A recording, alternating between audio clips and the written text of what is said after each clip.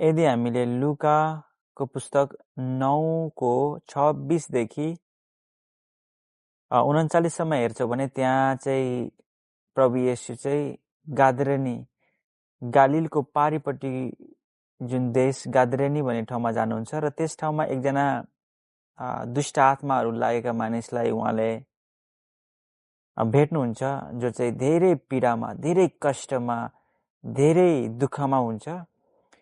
अनि शैतानले चाहिँ त्यो जुन ठाउँमा दुष्ट आत्माको फौज त्यो जुन मानिसमा थियो, त्यो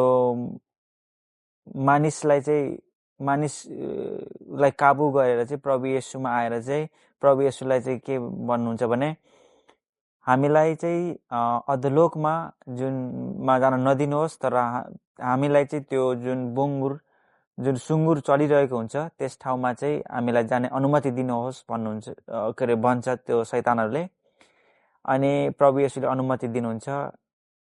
अनि त्यो बुङ्गुरहरू चाहिँ ओह्रालै चाहिँ गएर डुबेर मर्छ। र यहाँ हामी के देख्छौँ भने प्रभु येशूको प्रेम एकजनाप्रति कस्तो छ। उहाँले सयौं हजारौं बुङ्गुरहरूको एकजना प्राणको लागि त्यो बुङ्गुरहरूलाई पनि उहाँले त्यो पानीमा डुबेर मर्ने दिनुभयो, तर एकजनालाई बचाउनु भयो। मानिसप्रति परमेश्वरको कस्तो प्रेम छ यहाँ हामी देख्न सक्छौँ। अनि त्यो जब त्यो दुष्ट आत्मा लागेको मान्छे चाहिँ निको हुन्छ नि, उसले चाहिँ के भन्छ भने लुका 8:39मा, अब त्यस मानिसले जसबाट दुष्ट आत्माहरू निस्केका थिए, म तपाईँसँगै रहन पाऊँ भन्दै उहाँलाई बिन्ती गर्यो। तर येशूले त्यसलाई यसो भन्दै पठाइदिनु भयो, आफ्नै घरमा फर्क र परमेश्वरले तिम्रा निम्ति कति ठुला ठुला कामहरू गर्नुभएको छ सो बताइदेऊ।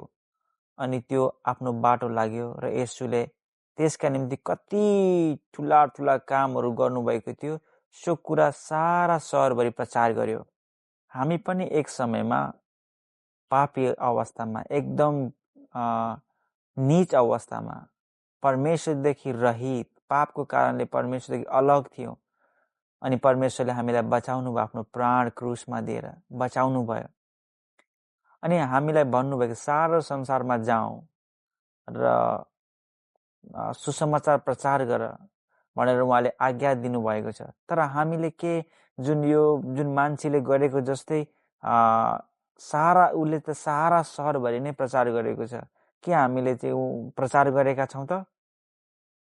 यो हरेक क्रिस्चियनले गर्नुपर्ने ठुलो काम हो, परमेश्वरको ठुलो आदेश छ।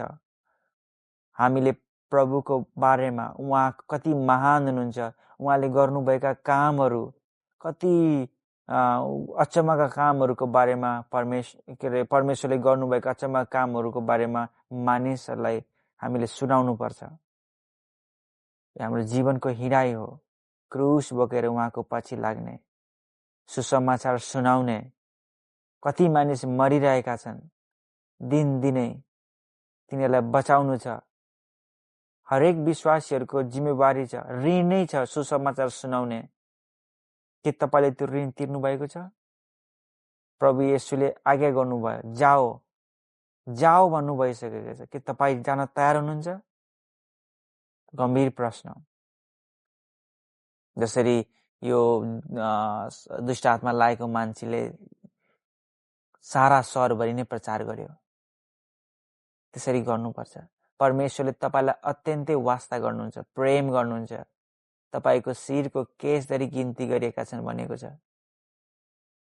जङ्गलमा जति पनि छ, यो संसारको जङ्गलमा जति पनि भँगेराहरू छ, त्यो भँगेरा पनि उहाँको इच्छा बिना भुइँमा खस्दैन। के उहाँले तिमीहरूको धेरै वास्ता गर्नुहुन्न र भनेर भन्नुभएको छ?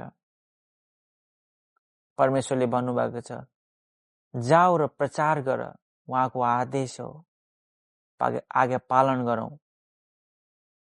धन्यवाद।